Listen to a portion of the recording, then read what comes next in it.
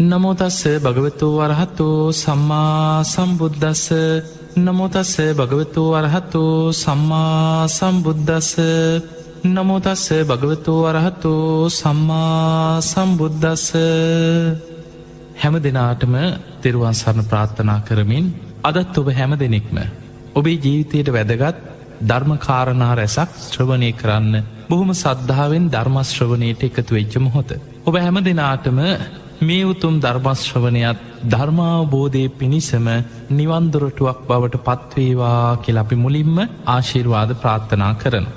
පිංගතුනේ, අපේ බුදුරජාණන් වහන්සේව අපි හඳුන්වනවා ලෝකවිදූ කියලා. උන්වහන්සේ මේ විශ්වය ගැන, ලෝකයේ ගැන, ලෝක ධාතු ගැන, ඒ වගේම අපි නොදන්න මේ වෙනත් ලෝක ධාතු දසදහසක් ලෝක ධාතුව, ද්විසහස්ත්‍රී, ත්‍රිසහස්සී, චතුසහස්සී, මේ විදිහට මේ විශ්වය ගැන මහා පුදුම අවබෝධඥානයක් ඇතුව මේ ලෝක ධාතු ගැන පුදුමාකාර දැනුමකින් බුදුරජාණන් වහන්සේ වැඩ සිටිය. උන්වහන්සේ අනෙක් සත්වයන්ට, සාමාන්‍ය ලෝකඉන්න මනුස්සයන්ට බුදුරජාණන් වහන්සේ පෙන්නනවා ලෝක විශේෂයන් අචින්ත්‍යයි. සාමාන්‍ය කෙනෙක් මේ විශ්වය ගැන, ලෝකයේ ගැන කොහොමද එහෙම වෙන්නේ, පිට සක්වල කොහොමද සත්වයෝ ඉන්නේ, ඕවා හොය හොයා ඒ ගැන විමස ඉන්න ගියොත් ඔහු එක්ක විපිලිසර භාවයට පත්වෙනවා මිසක් ඔහුට මේ ලෝක විශේෂ නං සාමාන්‍ය කෙනෙකුගේ නුවණකට තේරුම් ගන්න පුළුවන්කමක් නෑ. ඒ වගේමයි බුද්ධ විෂයත් අචින්ත්‍යයි. බුදු කෙනෙකුගේ හැකියාවන් ගැන, බුදු කෙනෙක්ගේ විශේෂපතයන් ගැන, බුදු කෙනෙක්ගේ ඥාන සම්භාරය ගැන කොහොමද එහෙම වෙන්නේ, බුදුහාමුදුරන්ට කොහොමද එහෙම වැටහෙන්නේ, උන්වහන්සේගේ ඔය ගුණ කොහොමද කිය එහෙම තමන්ගේ නුවණින් හිතලා සාමාන්‍ය මනුස්සයෙකුට බුදුගුණ තේරුම් ගන්න අමාරුයි කියන. බුදු කෙනෙක්ගේ විශේෂපතය ගැන තර්කානුකූලව හිතා ඉන්න ගියොත් ඔහුගේ හිත විපිරිසර වෙනවා මිසක් ඔහුටත් මේ යථා ස්වභාවය තේරුම් ගන්න ලැබෙන්නේ. හැබැයි බුදුරජාණන් වහන්සේගේ මේ ලෝකවිදූ ගුණේ තුළ උන්වහන්සේ අපිට පෙන්වන්නේ උන්වහන්සේට මේ විශ්වය ගැන, ලෝකයේ ගැන, ලෝක ධාතු ගැන, සත්ව තලයන් පිළිබඳව, සත්‍යයන් උපදින ලෝකයන් ගැන පරිපූර්ණ අවබෝධයක් තියෙනවා විතරක් නෙවෙයි, ඒ සියලු ලෝකයන්ගේ මිදෙන මාර්ගය උන්වහන්සේ හොයාගත්තා. ඒ ලෝකයන්ගේ මිදෙන මාර්ගයේ දෙව්මිනිස් ලෝකයාටම කරුණාවෙන් දේශනා කරලා මේ සතරාපායි වැටි යට සත්වලෝකොල ඉපදීපදියන මේ දීර්ඝ සංසාර ගමනින් මිදිලා ධර්මාවබෝධය කරා යන්න ලෝක සත්වයන්ව බුදු කෙනෙක් පහළ වෙලා යොමු කරනවා. අපි චුට්ටක් විමසලා බලමු බුදුරජාණන් වහන්සේ මේ විශ්වය ගැන, ලෝකයේ ගැන සාමාන්‍ය කෙනෙකුට තේරුම් ගන්න පුළුවන් විදිහට දේශනා කරපු යම් දේශනා කීපයක් තියෙනවා. ඒ දේශනා ඇසුරෙන් බුදු කෙනෙක්ගේ තියෙන මේ අවබෝධඥානී, විශ්වය ගැන තියෙන උන්වහන්සේට තියෙන අවබෝධය, සත්ව ලෝක සත්‍යයන් උපදින තල ගැන යම් දැනුමක් අපි ඇති කරගන්න උත්සාහයක් ගමු. පිංගතුනි, අංගුත්තර නිකායේ සඳහන් වෙනවා ලෝක ධාතු විඤ්ඤාපන කියන සූත්‍ර දේශනාව. මේ දේශනාවේ සඳහන් වෙනවා දවසක් බුදුරජාණන් වහන්සේගෙන් ආනන්ද හාමුදුරන් වහන්සේ මෙන්න මේ විදිහේ ප්‍රශ්නයක් අහනවා. ස්වාමීනී භාග්‍යතුන් වහන්සේ, මීට පෙර මේ ලෝකෙ පහළ වෙලා වැඩ හිටිය සිකී කියන බුදුරජාණන් වහන්සේට අභිභූ නම් වූ අග්‍රශ්‍රාවකයන් වහන්සේ නමක් වැඩ ඉඳලා තියෙනවා. උන්වහන්සේ බොහෝම 이르දි බල සම්පන්න කෙනෙක් කියලා තථාගතයන් වහන්සේ දේශනා කරනවා මං අහලා තියෙනවා. මේ අභිභූ කියන අග්‍රශ්‍රාවකයන් වහන්සේට දසදහසක් ලෝක ධාතුවල ඉන්න සත්වයන්ට ඇහෙන්න, 이르දියෙන් කතාබස් කරන්න පුළුවන් 이르දිමේ හැකියාවක් පිහිටලා තිබුණා කියලා තථාගතයන් වහන්සේ මීට පෙර දවසක් දේශනා කරා. ස්වාමීනී භාග්‍යතුන් වහන්සේ, ඒ අභිභූ කියන අග්‍රශ්‍රාවකයන් වහන්සේට දසදහසක් ලෝක ධාතුවල සත්‍යයන් එක්ක 이르දියෙන් කතා කරන්න පුළුවන් නම් ලෝතුරා බුදුරජාණන් වහන්සේ නමකට මේ විශ්වය තුළ අනෙකුඩ් ලෝක ධාතුවල ඉන්න සත්වයන්ට කොයි තරම් පරාසයක් දක්වා බුදු කෙනෙකුට ඇහෙන්න සත්ව ලෝකවට කතා කරන්න පුළුවන්ද කියලා ආනන්ද හාමුදුරුවෝ විමසනවා. එතනදි බුදුරජාණන් වහන්සේ වදාලා, ආනන්දේ, තථාගතයන් වහන්සේගේ හැකියාව අනන්තයි අප්‍රමේයයි කි. සීමා කරන්න බෑ කිය. බුදුරජාණන් වහන්සේ එතනින් එහාට විස්තර කරන්න ගියේ නෑ. මොකද මේ ලෝක විශ්ය අචින්ත්‍ය දෙයක්. ඊළඟට ආනන්ද හාමුදුරුවෝ ආයෙමත් අහනවා, අනේ ස්වාමීනි, අපි ආසයි තථාගතයන් වහන්සේගේ හැකියාව දැනගන්න. ස්වාමීනී භාග්‍යතුන් වහන්සේ, මම අහලා තියෙනවා සිකී කියන බුදුරජාණන් වහන්සේගේ අභිභූ කියන මේ අග්‍රශ්‍රාවකයන් වහන්සේට දසදහසක් ලෝක ධාතුවල ඉන්න සත්වයන්ට ඇහෙන්න 이르දියෙන් කතා කරන්න පුළුවන් කියලා. ස්වාමීනී භාග්‍යතුන් වහන්සේ ලෝතුරා බුදු කෙනෙකුට මේ ලෝක ධාතුවල ඉන්න සත්වයන්ට කොයි තරම් පරාසයක් දක්වා ඇහෙන්න කතා කරන්න පුළුවන්ද කියලා ආයෙමත් ඇහුවා. දෙවනි වතාවත් බුදුරජාණන් වහන්සේ වදාළ ආනන්දය බුදු කෙනෙකුගේ හැකියාව අනන්තයි අප්පමෙයයි. මොකද බුදුරජාණන් වහන්සේ මේ වගේ පිළිතුරක් දීලා ඒ ගැන විස්තර නොකර නවත්තන්නේ. ඒක අවබෝධයට නිවන්න අවබෝධයට හේතුවෙන දෙයක් නෙමේ. සමහර වෙලාවට ඒ දෙන පිළිතුර තුළ සාමාන්‍ය කෙනා විශ්වය ගැන ලෝකයේ ගැන හොයන්න කොහොමද වුව හොයා කාලේ ගත කරන්න ගිහිලා ඔහු ප්‍රමාදයට පත්වෙන. ඔහු ධර්මාවබෝධය කරා යොමු කරන්න තියෙන කාලය ඔහු අහිමි කරගන්න. ඒ නිසා දෙවනි වතාවක් බුදුරජාණන් වහන්සේ වදාළ ආනන්දේ තථාගතයන් වහන්සේගේ හැකියාව අනන්තයි අප්පමෙයයි. හැබැයි ආනන්ද හාමුදුරු දන්නවා බුදුරජාණන් වහන්සේ සමහර පිළිතුරු දෙන ක්‍රම තියෙන. නිවන් අවබෝධය ගැනම අදාළ වෙන ප්‍රශ්නයක් නං ඒකාංශ ව්‍යාකරණයේ පඤ්ඤා කියන එක වතාවම උන්වහන්සේ ඒකට ධර්මානුකුල පිළිතුර දෙනවා. සමහර ප්‍රශ්න තියෙනවා. ඒ ප්‍රශ්න බුදුරජාණන් වහන්සේ විභජ්‍ය ව්‍යාකරණයේ පඤ්ඤා. ඒ ප්‍රශ්නය කොටසෙන් කොටස බෙදා ධර්මාවබෝධයට උපකාරවෙන ආකාරයට කොටස් වශයෙන් විස්තර කරමින් දහම් දෙසනවා. ඒකට ධර්මය කෙන විභජ්‍ය ව්‍යාකරණයේ පඤ්ඤා.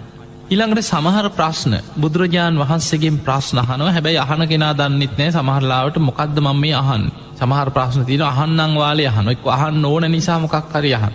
එක්ක ඔහුට තේරෙන්නෙත් නෑ මේ අහන දේ මොකද්ද මේ අහන අර්ථය. එතකොට එවැනි සමහර ප්‍රශ්න අහද්දී බුදුරජාණන් වහන්සේ පෙරලා ඔහුගෙන් ප්‍රශ්න අහනවා.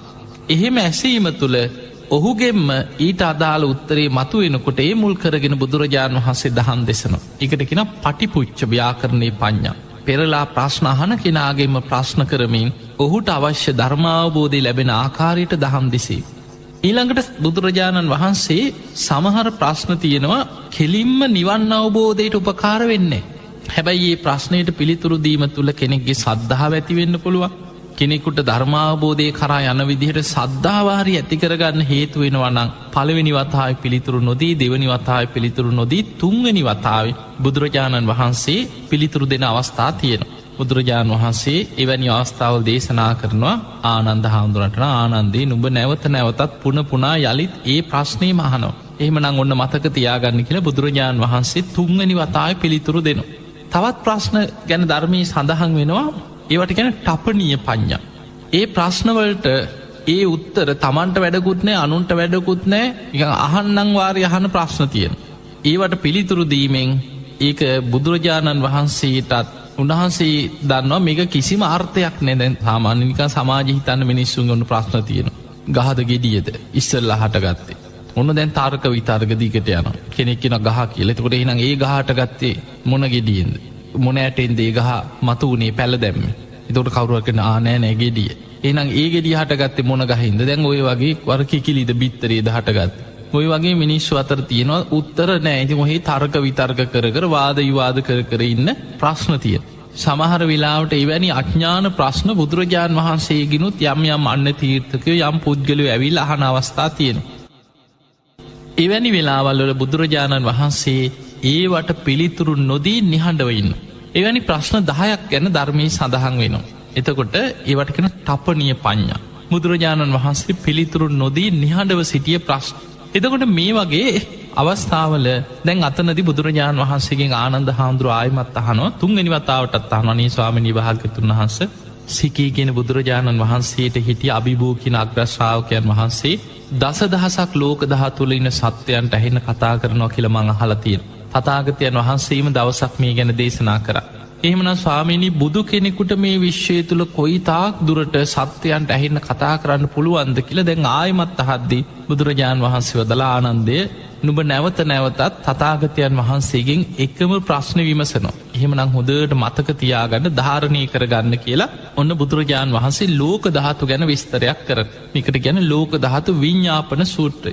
බුදුරජාණන් වහන්සේ වදාලා ආනන්දය හිරු සඳුගේ ආලෝකයේ විහිදෙන පරාසය තුල සත්වයන් උපදින සත්ව තල 31ක් තියෙනවා කියනවා. මේ සූර්යාගේ ආලෝකයේ යම්තාක් දුරට විහිදෙනවද? චන්ද්‍රයාගේ ආලෝකයේ යම්තාක් දුරට මේ විශ්වය තුල විහිදිලා යනවද? මේ පරාසය තුල සත්වයන් උපදින සත්ව තල 31ක් තියෙනවා. සතර අපායක් තියෙනවා. දුක් සහිත තැන් අකුසල් කරලා පව්කම් කරලා ඒවැ විපාක හැටියට උපදින සත්ව තල 4ක්.